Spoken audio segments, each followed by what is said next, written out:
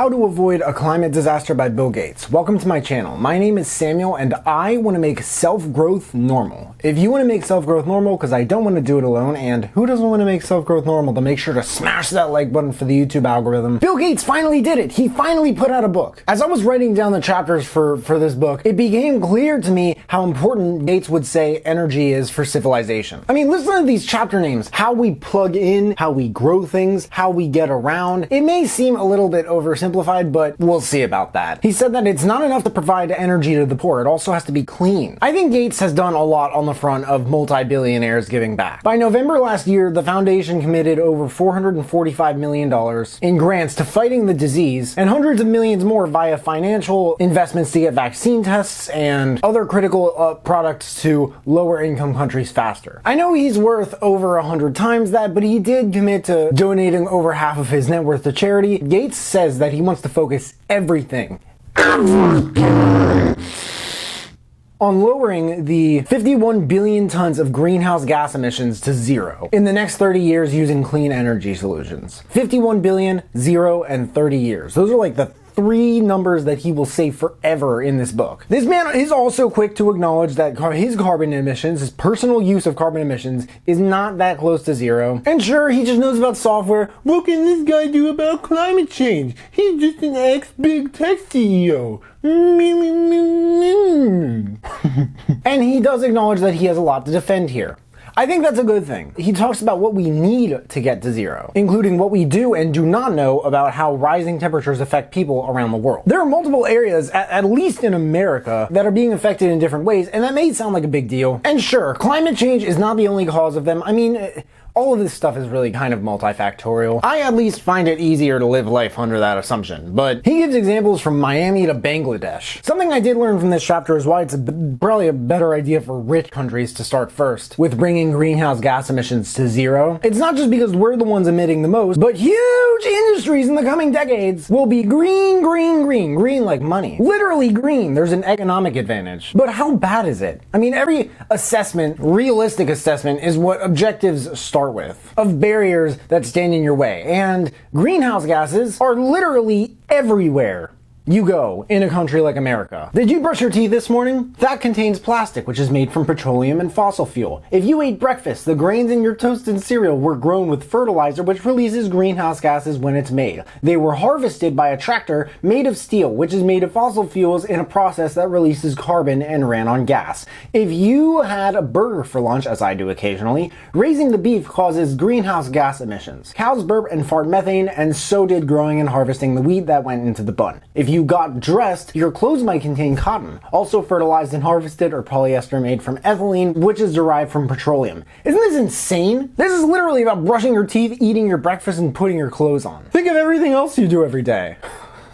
It's a lot of stuff. The next chapter, 5 questions to ask in every climate conversation, cuts through some of the different confusing statistics you may have heard, and shares a handful of questions he keeps in mind during every conversation about climate change. The purpose of the chapter is to bring a clear cut to all the noise that you hear on the media today, whether it's true or not. So I'm just gonna kind of like drop the questions here. Question 1 is, how much of the 51 billion tons are we talking about? Question 2 is, what is your plan for cement? Cement is a lot of emissions. Like electricity and cars are only 40% of our emissions. Like, people seem to think it's more than that. I certainly did, but there's also how we raise plants and how we lay down cement. There are a lot of different ways we emit greenhouse gases. Like I said, it's multifactorial. Question 3 is, how much power are we talking about? This usually comes up in conversations about electricity. Question 4 is, how much space do we need? And question 5 is a question that, I don't know, maybe 80-90% of customers, especially if you're in sales, are gonna ask you at some point. How much is all this gonna cost? That's what I was definitely wondering. A lot of this he does explain in chapter 7. I think that Gates' experience as a software engineer and like a big tech CEO, it simply can't hide itself in this book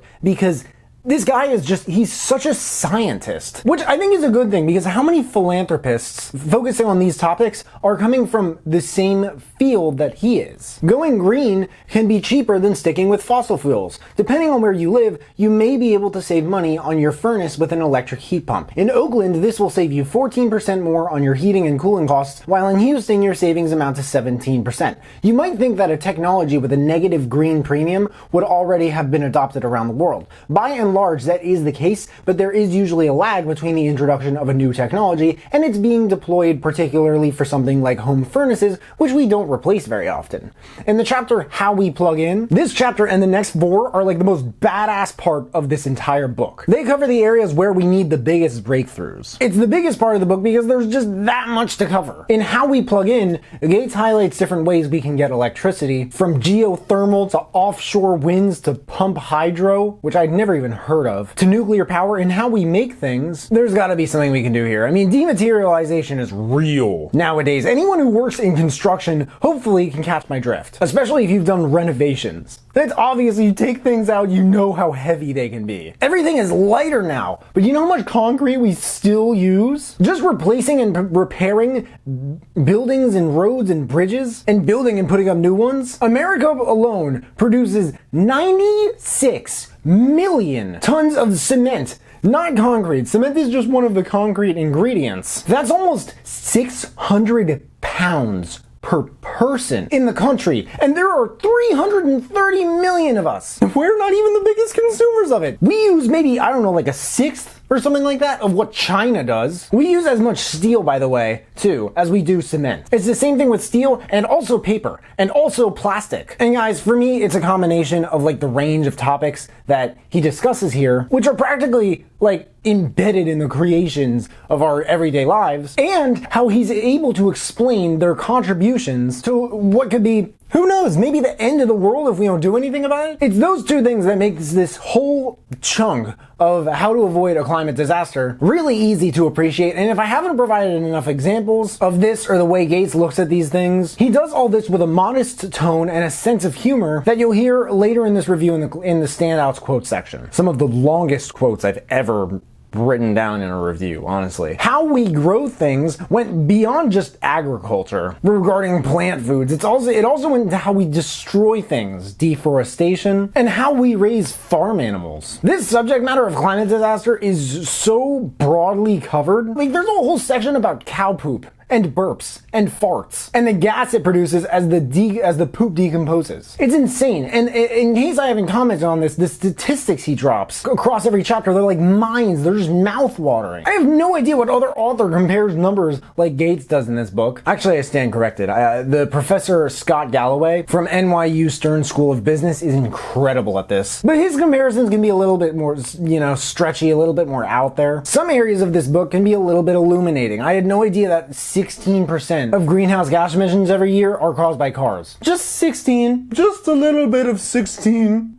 Here and there. I don't know about you guys, but I thought it was way worse, although any percentage is bad. But still, you can now buy an electric car from over half the alphabet in dealer first letters. As long as far as I know, it's in a metro area. Audi, BMW, Chevy, Fiat, Ford, Honda, Hyundai, Jaguar, Kia, Mercedes, Nissan, Porsche, Smart, Tesla, Volkswagen, and others too numerous to mention, including manufacturers in China and India. I'm an internet rep at a car dealership. It's kind of a rural, kind of a suburban area. It's one of those in-betweens, but we don't have the go-ahead I think we need from the governor or some official. But one of our 3 manufacturers is coming up with a full electric vehicle lineup by 2027. They already have a few all-electric versions you can now buy elsewhere, however. And another one has an electric truck that was unveiled like this last fall, I think. It'll be out in a year, so we'll be selling those to customers who pre-ordered ahead of time. How we keep cool and stay warm accounts for 7% of emissions, which, by the way, is a little expensive. Your AC costs more than your lights, your fridge, and your computer combined. Understandably, he didn't cover as much in this chapter as he did the previous 3 or 4. In the final chapter, Gates proposes a plan based on the guidance he's gathered from experts in all disciplines concerning climate disaster. Income has a lot to do with this. I'm sure he's generally speaking, but floods become more frequent, wiping out harvests more often as the climate gets warmer. Livestock eat less and produce more meat than milk. Air and soil make less moisture, which leaves less water available for plants. There are a few other problems he mentioned, like crop-eating pests eating more crops, not sure what else they would be doing. Obviously, square dancing, playing mini golf, but also farmland becoming drier and a shorter growing season. Gates says that when you're already living on the edge,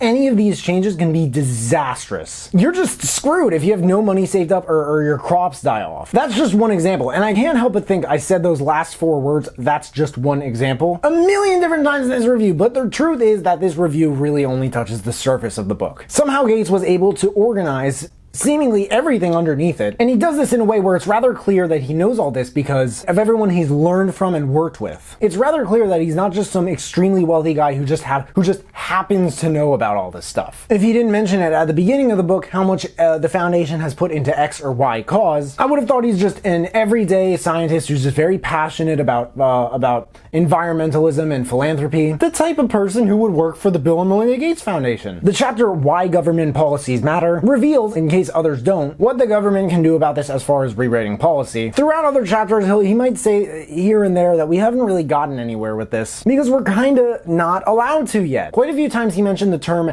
outdated government policy. I don't blame him, but I don't entirely blame he explained why regarding the end of his conversations with government officials about this. But I do think they need to meet more with someone like Bill Gates about this stuff. Or better yet, some of his, colleagues and scientists and experts that he's met. The following chapter, A Plan for Getting to Zero, admittedly, this one I found a little bit hard to follow. And the next chapter, the last chapter, What Each of Us Can Do, this one was my favorite. If you want to know why, if it's not obvious given the chapter name, you may want to give this book a read or listen to find out. Quotes. Fossil fuels are everywhere. Take oil as just one example. The world uses more than 4 billion gallons every day. When you're using any product at that volume, you can't simply stop overnight. Regarding the energy generation method of pumped hydro. Pumped hydro is the biggest form of electricity storage in the world. Unfortunately, that's not saying much. The 10 largest facilities in the US can store less than an hour's worth of the country's electricity consumption. You can probably guess why it hasn't taken off. To pump water up a hill, you need a big reservoir of water. And of course, a hill. Without either, you're out of luck. The next time you see the Statue of Liberty, take a look at the pedestal she's standing on. It's made of 27,000 tons of concrete. Today, there are more than 2 dozen types of plastics, and they range from the kind of thing you might expect, the polypropylene in yogurt containers, to more surprising uses like the acrylic in paint, floor polish and laundry detergent, or the microplastics in so many shampoos, or the nylon in your waterproof jacket, or the polyester in all those regrettable clothes I wore in the 1970s. In our 2019 letter, I decided to write about this problem on enteric fermentation in cattle. One day, as we were going over a draft, Melinda and I had a healthy debate about how many times I could use the word fart in the letter. She got me down to 1. As the sole author of this book, I have more leeway and I intend to use it. Direction 1. I recommend this book for more than anyone, literally any and all government officials. I think it's most helpful for them to digest this info because immediately speaking, they can do the most about it. And I guess maybe very rich people in general, but personally, I believe that the healthiest external power develops internally. Maybe a lot of you guys, my viewers, agree. So really anyone who's curious about these different issues regarding climate change and global warming, I would definitely recommend this one too as well. I didn't really know much about any of it before this review. Direction 2. If you like this book, well, it's hard to say what else you might like, but I know that Bill Gates is always talking about his favorite books. That's why I was so excited to find out he finally put one out himself. If I had to recommend something, it would probably be Post-Corona by Scott Galloway, the business professor that I mentioned earlier. Of course, that book is very business focused, but generally it's about, well, let's say the whole COVID thing is over. What do we do now? Galloway has a compelling, exciting, realistic, and yet hopeful way of looking at huge concepts, why they're as impressive or disastrous as they are, and how they can be improved, and typically overlooked concepts at that. How to Avoid a Climate Disaster by Bill Gates. There's a link in the description if you guys want to check it out and read the reviews. That and all the other books that I mentioned in this video if you want to check those out too. If there are any other books that you guys want me to check out and review, please let me know in the comments below. Also let me know if you checked out this book and you liked it. If you guys buy anything through the links in the description, then I get commission, which helps me build this channel and keep making these videos. But hey, make sure to smash that like button, subscribe if you haven't already, because I don't get why people watch this far into my videos and they don't subscribe. But if you have subscribed and you want to turn it up just a notch and turn on that notification bell to get a notification whenever I drop new videos, that would mean the world to me. Thank you guys so much for watching. I really appreciate it. You can find me everywhere and I will see you then.